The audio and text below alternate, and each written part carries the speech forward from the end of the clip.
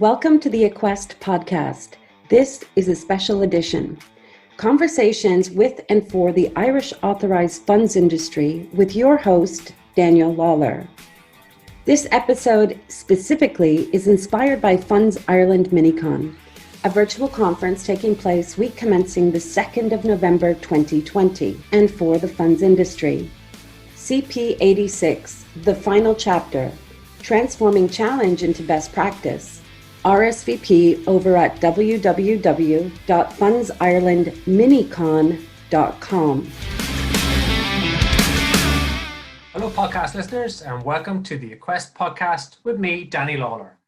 This is another in our series in the lead up to the CP86 MiniCon, which takes place in the first week of November. And my guest for this episode is Eoin Motherway of AMX. Eoin and his colleague Nicola Geraghty are leading the session on CP86 Solutions Staff Up, our third party. That's the second session of the MiniCon. It takes place on Tuesday, November the 3rd, and it begins at 2 p.m. Irish time, 9 a.m. Eastern. Eoin, as you will hear very shortly if you don't already know the guy, is a very proud Cork man who could in fact talk for Ireland. And so I had to cut him off after about 25 minutes because I said, Eoin, you're giving away all the content. You'll have nothing left to say at MiniCon. Anyway, I managed to get him to put a cap on it and leave some of the good stuff for the session at MiniCon on the 3rd. But notwithstanding, he had lots of interesting little insights to give. And we talked in the podcast around, well, firstly, is it the death of the SMIC? Have we seen the end of the self-managed investment company? Then we talked about the structuring options available to those SMICs and legacy ManCos who are going to have to do something about the resourcing model. We talked about the 4 options available to them and some of the pros and cons of each of those, and that'll be done in a lot more detail at the MiniCon itself. And finally, we talked about this idea of unmanageable conflicts of interest between ManCos, third-party ManCos particularly, and their investment managers, whether they're reconcilable. So lots of good content there in this podcast, but obviously just a teaser for what you're likely to hear at the CP86 Solutions section on the 3rd of November. So if you haven't already, do sign up for Funds Ireland MiniCon. It's free to do, couldn't be easier. Check out fundsirelandminicon.com, hit the RSVP button, fill out the form, and you're in. And not only are you in, but you're up for a wonderful goodie bag. The total value of the goods in there, oh gosh, last I heard it was €2,000 plus, but it's increasing every day. So do sign up. You get free access to the MiniCon and a free goodie bag with lots of tasty goodies in there. I think we're giving away access to a new online training program we have on usage eligible assets. I think we're also chucking in a template document for fund ManCos from our online shop. There's other firms in there. You can, for personal development, you've got personal branding, discounts in there, and there's lots of different businesses around the country that we've been able to support and been good enough to chip in. So that goodie bag is pretty tasty. Get your hands on it. Sign up, fundsirelandminicon.com. And with that, on with the show.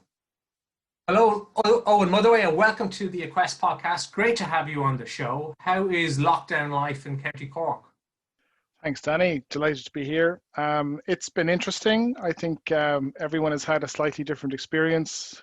We have a team of 40 people, and I think depending on your domestic circumstance through the various phases of lockdown, you had different experiences. So we had some colleagues who live alone. We have some colleagues who are single parents. We have some colleagues who have many children, and trying to do all of it together has had different challenges for everyone. So thankfully, we seem to have come through the summer and into schools, and we'll see where the next few weeks take us, I think. I guess as a proud Cork man, Corkonian, the fact that we're in level 3 and you're not allowed to leave the borders of beautiful County Cork doesn't cause you any stress. No, we're officially the biggest country in Ireland, I think, at this point. Oh, delighted to hear it, and we will catch up on the specifics of Cork in a separate podcast. But for this one, I really want to focus on MiniCon, CP86 MiniCon taking place the first week of November. So yourself and Nicola Geraghty and AMX are managing and leading the second session at MiniCon, which is on Tuesday the 3rd of November, 2 p.m. Irish time, 9 a.m. Eastern. And it's all about the title is the CP86 Solutions Staff Up, our third party. So we want to get a sense for what people listening in and tuning in for that session can expect? And I guess you're going to start with, is it the death of SMICs? Have we seen the end of the self-managed investment company model? So let's start with that, Eoin. What do you think? I think maybe its death has already happened. I think we have been in conversation with a lot of the law firms very recently as we take our own product to market. And it's fair to say that most of the law firms would admit they haven't launched a new SMIC somewhere in the region of 12 to 18 months. So in the last 12 to 18 months, they have not launched a SMIC. So I think the SMIC is actually dead. However, there are a large number of SMICs obviously still present and operating properly and all of that good stuff. But where does their future lie, I think depends on things that will unfold over the coming weeks. Yeah, absolutely. And as we record, we haven't yet had the central bank's Dear CEO letter with the outcome of the CP86 thematic inspection. Hasn't been published yet, but it is due quite imminently. And the general expectation is that it will push the legacy, those older SMICs and ManCos, to revisit their resourcing models so that it matches with something more in line with what a newer ManCo would do these days. And broadly, you're talking about 3 full-time equivalents as your line in the sand, and work from there at some point. But when it comes to SMICs, I think you're right. We haven't seen very many of them recently. And whilst it certainly was a very popular option a few years ago when expectations around resourcing were different, as you get to having DPs who are committing 50, 60, 70 days to designated person roles, the economics and the rationale for the SMIC model just don't add up, I guess. They probably don't, and I think it is worth saying for the listeners who are investors, that there's nothing wrong or untoward with a fund that's running itself as a SMIC. It's run in a regulated fashion. It's just the landscape and the expectation of substance and requirements is changing. So there's no two ways about it, but the landscape for SMICs is going to get more expensive. Either you will have to put in your own substance in a SMIC, or there's basically 4 options left. The SMIC can leave the jurisdiction and go somewhere else, which nobody wants. We've all spent a lot of time building this industry up for the last 30 years. We don't want to see any client leave the jurisdiction. Your other options are you put in your own management company. That's an expensive business on a number of fronts. It can vary between 1.8 and 6 million a year to run it. Equally, you have to find the staff, and finding staff is hard at the moment, particularly in the compliance or risk functions. Your other options are you go for a third-party solution, so turn yourself into an ICAV fund perhaps, and go on to somebody's third-party management company. And lastly, the other option is to look at a platform offering where they will do all of the various regulatory filings and financial filings, and you get left to run the money on behalf of the investor. So there are options available, but I think it is time for the various houses running SMICs to really start considering which option they're going to plumb for. Yeah, that's right. And I think that that time frame for deciding and moving is upon us. I don't think that we're expecting much more of a frame or a gap to get there. So let's just look at those options in a little bit more detail. The first one around the SMIC, you're absolutely right. It has been a model that we've had for a while. It's been a very effective model. We haven't seen that investors have had poor outcomes as a result of the SMIC model. So there's no question about it from that front. I guess it is just that the landscape has changed. I don't see there being a regulatory prohibition on SMICs, so I don't think it's going to come in that shape. But putting the resources into a SMIC to get it to a position where it will comply with the new substance requirements probably is a possibility, but may not be something that a lot of ManCos or a lot of providers can do in practice.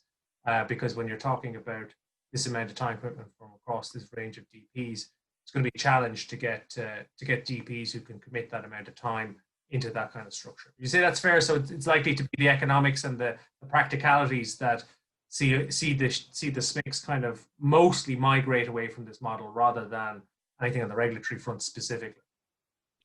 Yeah, I think that's a really important point. It's not a regulatory issue. It's a substance and a cost issue. I do think, though, if you look at one of our close neighbours with their large fund domiciles in Luxembourg, the SMIC model has all but disappeared, from hundreds of them down to single-digit numbers. So my sense is Ireland will play out in exactly the same fashion. It's a case of how long will it take to play out, and are you going to be a first mover and get the right people and the right solution ahead of others? Are you going to have to join the herd and try and get a solution that way, which may take time, and no doubt when the letter comes out, there will be some form of time horizon on it. I think there will. I think it would. It's hard to conceive there won't be. So, assuming that you're not one of the, and I think you're right in your Luxembourg is a good case study to be interested in and to kind of take a steer from. So, assuming we're left with a handful of SMICs, and assuming you're not one of those, you had a list of other options there, Owen. I think that the first was to create a ManCo, or if you have a ManCo, to change the staffing model there and look at getting the staff numbers up around 3 FTEs, depending on nature, scale, and complexity. So benefits and drawbacks for a model where you have your own captive ManCo. I guess benefits, you get to have a fully authorized ManCo that's part of your business, that's got the boots on the ground, that's all singing and all dancing, and you get the level of control, and it may suit the brand and the size of the provider that they have their own ManCo. It might be what their investors expect of them. So there'll be a lot, or certainly a cohort of providers for whom this is the right solution. And I know, talking to investors or to promoters, sometimes this is really the only thing that they can see as being the solution for them, the third party model, and that it's just not ones that they can wear. So where you see the firms setting up and resourcing their own ManCo, have I kind of nailed the benefits there? Drawbacks, I guess we got to talk about costs and staffing. But in terms of benefits, am I on the right track, Owen? I think you are. I think it's fundamentally linked to the size of the manager. So, since January 2018, approximately 100 applications to the central bank for licensed entities in Ireland. And for context, that's 100 onto a pre-existing 250 for the last 20 odd years before that. So a significant increase in appetite to put ManCos in. However, if you're going to come in and staff a ManCo, you need to have a brand and you need to have pulling power to hire staff. So the big household names that have come in the last 2 years, they've been able to hire staff. They've been able to hire staff from some other ManCos, in fact. But mainly, the staff are being repurposed out of administrators, custodians, lawyers, risk professionals, and so forth. But if you're a mid-tier manager or a smaller manager trying to staff up a management company without a household name brand, you will struggle to find staff. And even if you find the staff, you may run into 2 other obstacles. One, their gravitas and experience and capability might not pass muster when it comes to putting in their IQs for their regulatory positions. And secondly, if you are repurposing staff out of the various other service providers, as soon as they have, that 18 months, 24 months experience, they have genuine ManCo experience and could be out the door working for somebody else. So I do think it's challenging for the mid-tier and the lower tier to put in a management company, staff it, and run it and meet all of its obligations. And if you're a US manager without a current footprint in Europe, then arguably that process gets harder.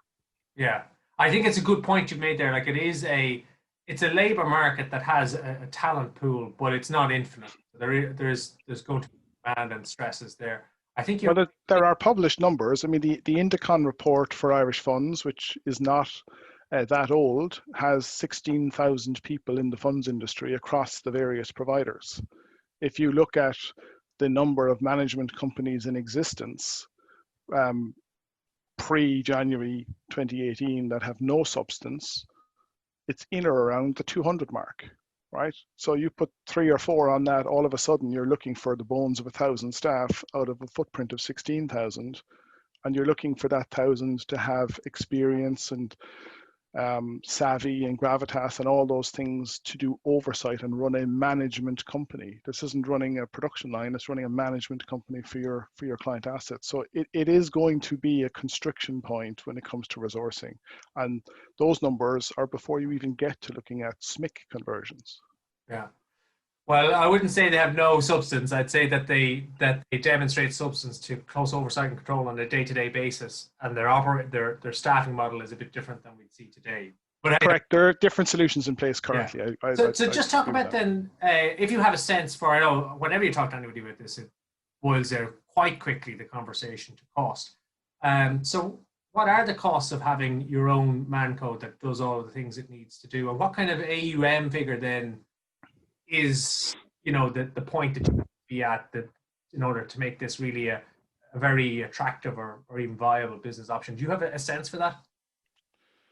That's a hard one to answer easily, because it does actually vary on the asset class, and because of the variance in the asset class, that varies in the management fee that various people earn, so that contributes directly to your purchasing power of doing it. What I would say though is, if you're running a management company, we have a rough idea that the line in the sand for minimum staff is going to be 3. But we have heard anecdotally from competitors and peers in the market, their number has been north of 25. So whether you're a SMIC or you're an existing ManCo that will need more substance, the costs may vary quite a lot. Then you get into the whole area of real estate, which is a little bit up in the air at the moment in the current pandemic, where everyone is mostly working from home. But you have all of the other costs of running something in country with licenses, with regulatory fees, running all of your various relationships from auditor to lawyer. I mean, across our platform, outside of delegates, we probably have a further 60 service providers that do various different bits and pieces. All of those costs add up to something. And equally, when you look at your delegates, your official delegates in the eyes of the central bank, your managers, your admin, your depot and so forth, your distributors, you have to perform due diligence on those and visit them and meet them. And all of that travel and cost and staff to exercise that all starts to add up. So do you want to build out all of that from scratch, or do you use another solution like a third-party offering or a full platform offering? Yeah, and I guess you know, when I ask about cost, it's a hard one to nail, because you know, ultimately it does come down to nature, scale, and complexity. So you might have a ManCo that is 3 people, and you might have another ManCo that is 25, and sometimes it can appear, when you, I guess, if you just look at the raw numbers, that gosh, that seems like an awful lot. You really need to get into the detail of what that business is doing to understand why the regulator might think, or the firm themselves might think, they need 25 versus 3. And once you do that, you often find, actually, you know, this is a big business with a lot of AUM and quite a bit of complexity in it. So it can be hard to give a bold figure to say it's this, when actually it's very much depends on what an individual firm is going to do, and that's what's taken into account when it's being assessed. So the own ManCo will work for some. You do need to have a certain size about you. The fact is, the regulated financial services industry, whether it's here or in most jurisdictions, is heavily regulated, and the barriers to entry therefore are quite high. And so you need to have the resources behind you to get over that barrier and make it worth your while if you're going to go down the route. And it'll work for some, and there are benefits to it, certainly for some firms. But I guess then, if you're in the business and you've discounted the SMIC and you've discounted the setting up and staffing your own ManCo, that leaves you then, I guess, with the third-party options, Eoin, be that either having your fund appoint third party as a ManCo, or actually going on to a platform run by a third party ManCo. Yeah, and again, it can depend on appetite. There are certain asset managers will like the third party model, because in that model, the actual trading fund is their own fund, and they like to have full control of that fund. In many instances, if they have started their business, there's a very deep emotional connection to the fact that it's their fund. So to surrender that to a platform offering, it can be an emotional leap for some managers. Equally, they may have legacy issues or investor preference that they control their own structures. So therefore, the appeal of a third-party offering to satisfy the regulatory obligations dutifully, a third-party offering really suits that.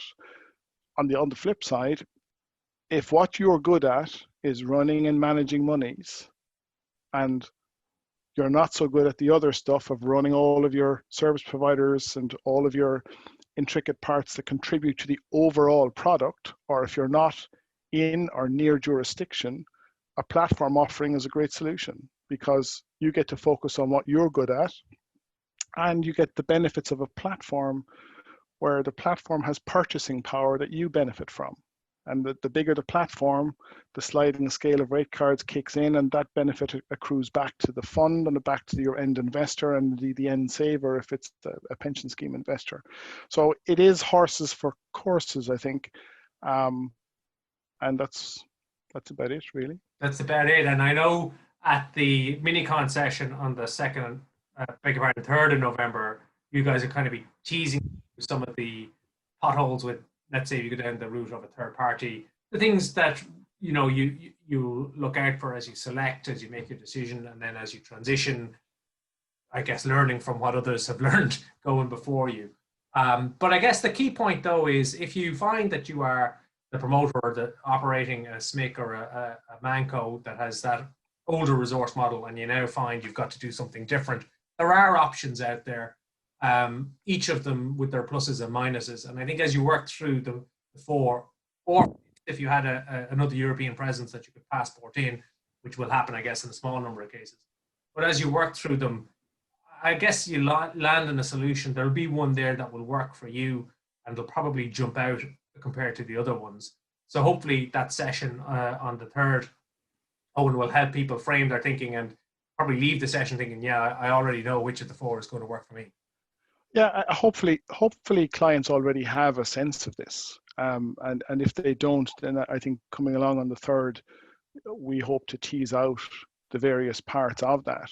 What I would encourage any asset managing shop to consider, though, is you need to start thinking about it now, because even if you identify your preferred preference out of those four options that we covered, there's going to be a queue forming. So you need to be at the top of that queue to get the preference that you wish for. Otherwise, you may end up in another bucket that might be less palatable, but still operational for you. Yeah, it is likely that there'll be a lot of firms trying to do something similar at a similar time, and that'll create its own pressures. But more to chat about on the 3rd of November in the session in MiniCon. I'm going to wrap up just by asking you to touch on one subject, and a fine subject I know you're going to cover in detail on the day, and that's around, I guess, the conflicts of interest between the management company and the investment manager, whereby particularly in the third-party model, where the ManCo is responsible to the regulator and responsible to the management of the fund, over manager. But in the first instance, it's the investment manager that will have chosen which of the third-party ManCos they want to go with. So I know it came up in the ESMA letter to the European Commission on the AIFMD review. They talked about these conflicts of interest and whether they were unmanageable. So it's something that you're going to touch on in the session on MiniCon. Any kind of high-level thoughts on that, what people can expect that discussion to revolve around? Yeah, look, I think conflict of interest, whether you call it conflicts of interest or transparency of endeavor, it needs to be always discussed. And even when you think it's all solved, the landscape is always shifting. So from a conflicts perspective, I think it's important that you talk through and understand how all of your structures work. And we'll go through it in detail on the day, but I think when you're looking at a management company solution in Ireland, which is laid out under the framework of, I guess, what's colloquially called CP86, even though it's no longer a consultation paper, there are defined roles in there, right? There are 6 designated person roles, and then there is the role of the OE from the independent director. And while a fund may select its management company, the management company also has to select that as a client, and they have to be happy to take that client on. So even in our own business, when we look at prospects who might like to work with us, they have to go through a due diligence process for us to be comfortable to work with them. And I think that work, that chronicling of work and saving that work available for inspection gets you over the hurdle of perceived conflict, because most of that conflict is not actual, it's perceived. And the role of particularly the designated person for investment management, who must look at the manager and do a due diligence on the manager and assess their performance. The role of the designated person in operational risk, who will look at how that manager is conducting their business. They all have their own roles and records, or they should have, of how they discharge their designated person responsibilities for that fund or structure. And I think if that is A, done with frequency, B, chronicled and recorded, and C, importantly, has evidence of challenge, and that evidence is stored, then there is no conflict. Yeah, how I see this playing out, and it happens already, is you're seeing the ManCo, usually through the designated persons, particularly for fund risk management or investment management. They're really engaging with the investment managers. They are probably, in some instances, certainly taking independent data sources and running their own analysis, but they're being quite, persistent and detailed in how they oversee what's going on at the investment manager. And then when they have issues, they are clear about what they are and look for explanations. So you're seeing a much greater depth and granularity of the oversight being applied to investment managers. And that's really how, what I'm seeing, that's how it manages the conflict. And a really interesting dynamic that's emerging. And you guys might get to it, and I certainly know John Finney in the session on the Wednesday is going to cover it, is the culture and this new dynamic where you might have an investment manager who's not used to this kind of a relationship and having to answer, explain, and to the management company and the DP as to why everything is the way it is, and that can create an interesting dynamic, and you've got to manage that relationship as well. So lots to chat through there at MiniCon. Thank you very much for your time, Eoin. I think that sets us up very nicely for the session that you and Nicola are delivering on the 3rd of November, all about CP86 Solutions, staff up or third party. So thanks very much, Eoin. Great to have you. Great. We'll talk soon. Sure. And if you're interested in attending at the Funds Ireland MiniCon, do check out fundsirelandminicon.com. Hit the RSVP button. Easy as that. Put in a few details and you'll be in. You get your invite to the event. It's all free to attend, and there is an amazing free digital goodie bag available to all of the people who register and then attend some of the sessions at Funds Ireland MiniCon. We promise the content will be worth your while, notwithstanding all these free goodies that you're getting as well. So Funds Ireland MiniCon for all the details and your ability to RSVP and get in. Thanks very much for listening to this Aquest podcast. We'll catch you next time.